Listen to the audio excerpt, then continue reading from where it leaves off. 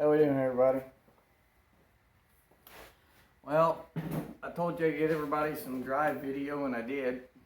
Granted, it was just a little trip down to Casey's to get some fuel for my mower sitting there behind me so I could mow the yard. Grandson wanted to mow the yard. Grandson wanted to ride in the truck, but no booster seat or nothing. I can't do it. And I actually have a small Kirky seat to mount in the middle for him. So I'm going to fix something up right and take it in and out. It's got its own little deal and everything for him. And either that, or I'm going to put his, the car seat that we have in the wife's car is a car seat for him, but it's a little Simpson race seat. And it's got flames and stuff on it and everything. And maybe some way that I can put that in there, because he loves to ride in this thing. He sits on my lap when we take it up front to, get it out and do anything with it. He's got to sit up there and steer, and yeah, he knows how to start it. He knows what switches to flip and all that.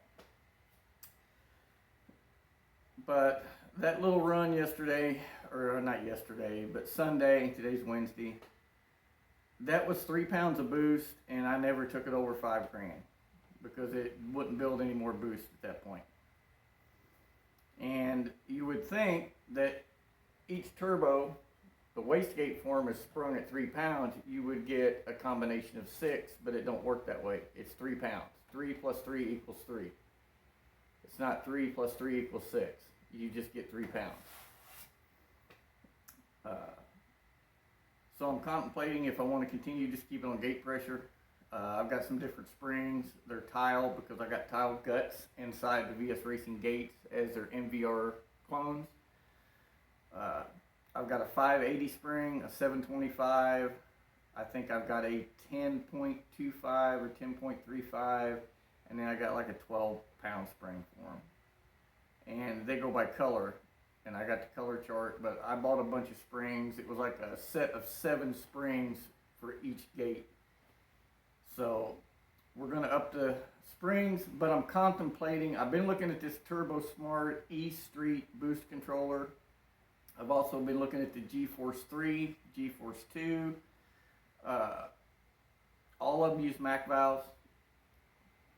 So I would probably end up maybe doing something like that and plumbing 2 Mac valves instead of try teeing it all off of one. Just put one on each turbo and plumb them in that way.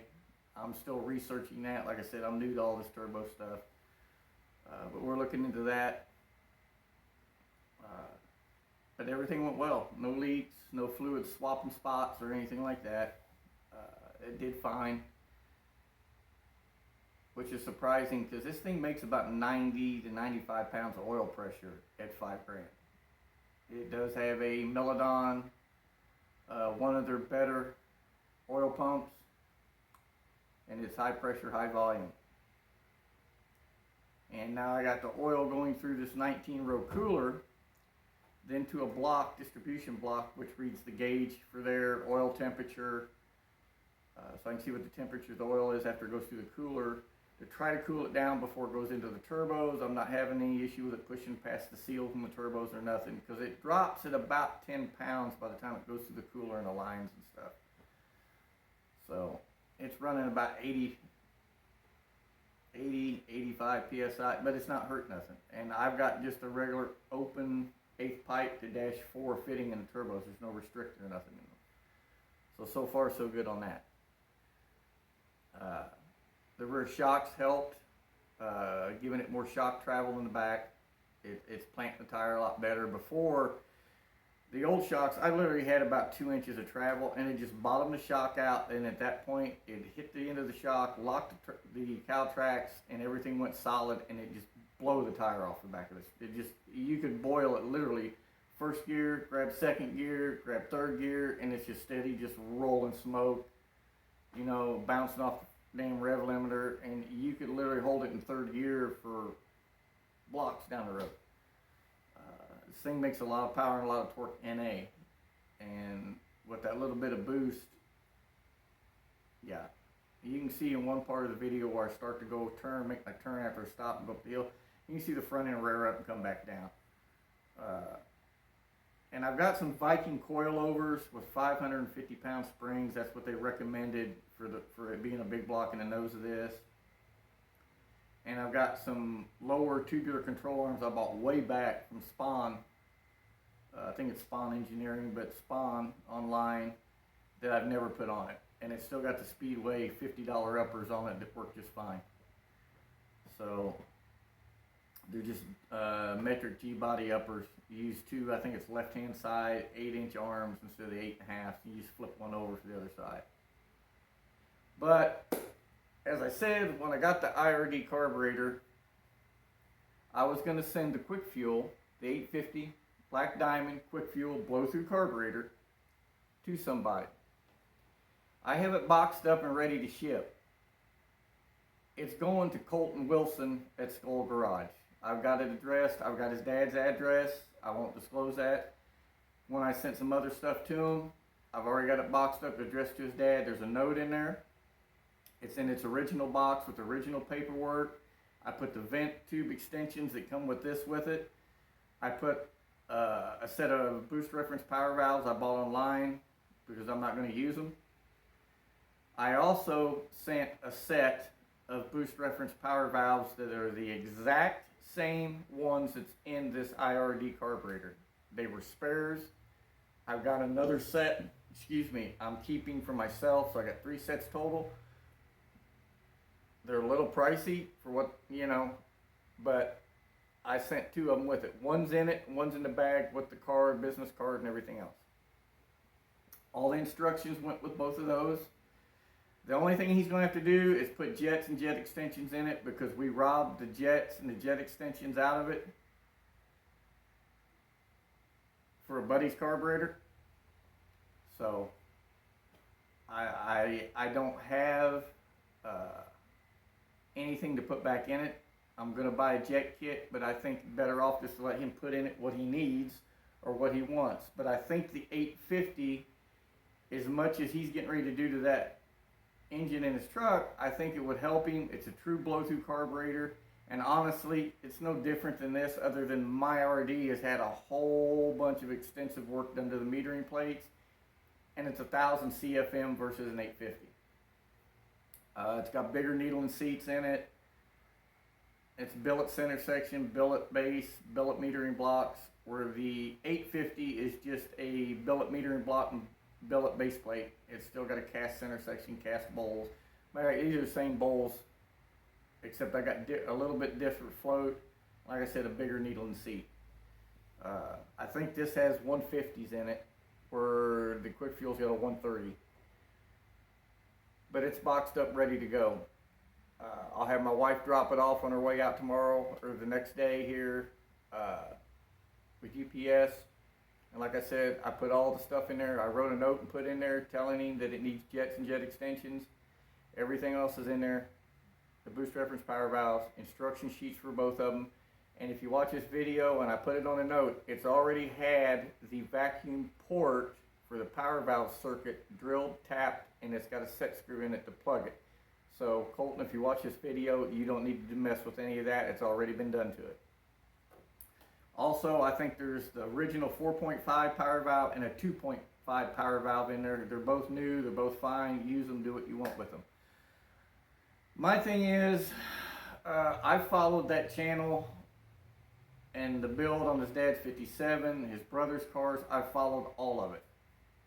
The only thing I seen that I didn't is when he kind of named the car Raggedy Ann, and there's another guy, CJ's car. If you know his Fox body, it's Raggedy Ann. But the new paint job he's got on that Nova is just insane. That's just crazy.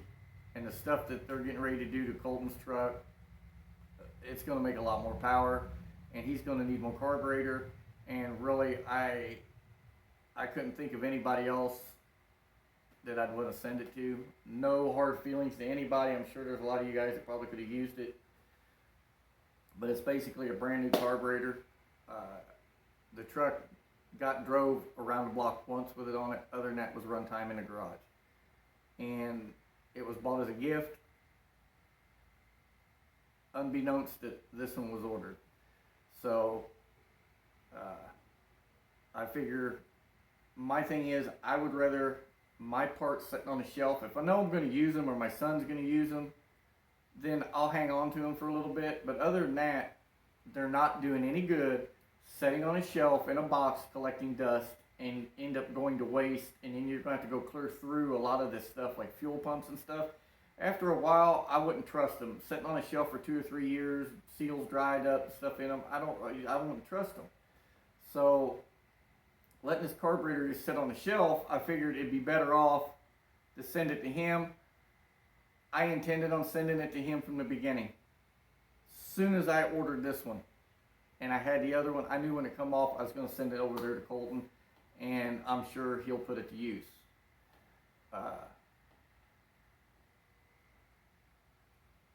Can't wait to see it in a video on the truck, but I think it would benefit from more airflow. I really do. You're probably going to take your truck further, and I'm going to take this one. Like I said, when I get up around 12 or 15 pounds, that's my cutoff point. I didn't build this truck to purposely take out and race. Yes, we're going to take it out and do some racing with it, but I didn't build it to just beat the living snot out of it. This is my enjoyment. It's took us close to 3 years to get it where it's at. My son buying parts, us saving and buying parts. No, I didn't spend any of that stimulus money on it. None. All of that went into my grandson's savings account that me and my wife, every week, we put $100 in his account. And right now, the kid's got over 12 grand and he's 4 years old in the savings account. So COVID really didn't affect us. My wife's a nurse, she's an RN, she worked all the way through it. She works with Alzheimer's patients, so they kept certain people in certain units during the COVID, so. And she made me stay home. I couldn't go to work because of my MS, and I got high blood pressure and all that crap. So, anyway, again, Colton, if you see this video, if you watch the channel, dude, I'm going to ship in the next day or two. It's going to your dad, Dale. I got his address, so hopefully I don't think it's changed. I don't think he's moved. Just make sure somebody's there to receive it, because we're talking about a $1,300 carburetor, bud. So I just don't want it to get lost or anything. I'm going to insure it and all that, but it's going to be sent UPS. I got a UPS store 10 minutes from my house, up there at the storage place. They do UPS, FedEx, all of it. So anyhow, get ready. We're going to get this thing back out this weekend. If nothing else, I'll make a spring change and take it back out, but I'm still looking into this boost controller stuff. I've never done electronic boost control or played with Mac valves or any of that, but everybody says it's a really safe way to do things rather than relying on manuals, which I've got 2 Grimspeed manuals over there, and I got a single Turbo Smart manual that I could have teed them both into. But I'm not gonna do that. A friend of my son's wants to buy all that stuff from me, so you know what? My thing is, I've already paid for it. That money's already gone. So I'm not out to try to recoup money. I've never been that way. My granddad, my dad, the same thing. If they had parts and somebody needed it, they'd help them out. It's called paying it forward. We're all one big family.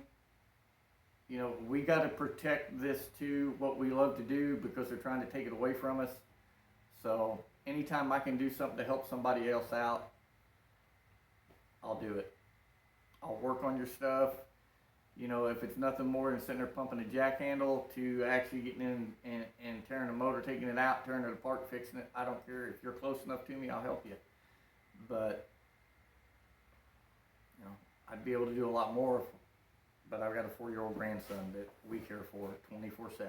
So, it's my sidekick, it's my buddy, but he takes up a lot of my time, and it's worth every bit of it. So there you go. Truck did fine. 3 pounds of boost ain't gonna hurt. It wouldn't hurt a stock motor, so I won't worry about that. But we're gonna change the rev limiter, because the one I got, I messed up the order. It only goes 5,200 for the main rev limiter. That for the trans brake, that's fine. But I'm gonna get the other MSD dial box for it for the 2-step. Change some springs, change some gate pressures. I've got to change the springs in these. I got the lighter spring in them for like 10 to 14 inches of vacuum. I'm going to change them to an 18 to 22, the stiffer spring that come with them from VS Racing, because they're hanging open at idle. And make sure there's nothing hurt in them or anything like that. Diaphragms or nothing ruptured. Or if I have any problems, I'm not going to buy parts for them. I'm just going to buy 2 new tile blow-off valves. So wastegates work flawlessly. So I don't think it's anything big in there. I just think it needs spring change. So I just left them factory. I didn't change anything in them. They're whatever VS Racing put in them. So anyhow, everybody, just watch. New video will go up hopefully this weekend. I'll get it up either Sunday night or Monday of us taking it out, increasing the boost, getting on it a little bit more. I'll get my son to video from the sidelines. We'll do some launches and get after it a little harder. But I'll tell you, just on 3 pounds, and this thing's making probably, I would say, a little over 7 at the back tire on motor. It should on paper, that's what it should be doing. I know when we had the tunnel ram on it, it handled every bit of 2 750 double pumpers and wanted more. I had those carburetors jetted out. I had a 90 in the front and a 98 jet in the back on both those 750s. And it still wanted a little more, and you need a little more fuel. And also the timing, I had this set at 32 degrees locked out. We were able to bump it up to 36. Pulling the plugs and looking at them, I turned it up to 36. I give it 3 more degrees. I feel safe with that. If our boost levels get a little bit too high, every time I'm changing the plugs, I'm putting new plugs in it and checking them. So that being said, everybody stay safe. God bless. Colton, tell your dad to start watching probably the first part of next week, maybe Saturday, but first part of next week for a box. For me, it's for you. Have fun, go fast, keep it as real as it gets, as you guys do. And I have more to put up here toward the end of the week.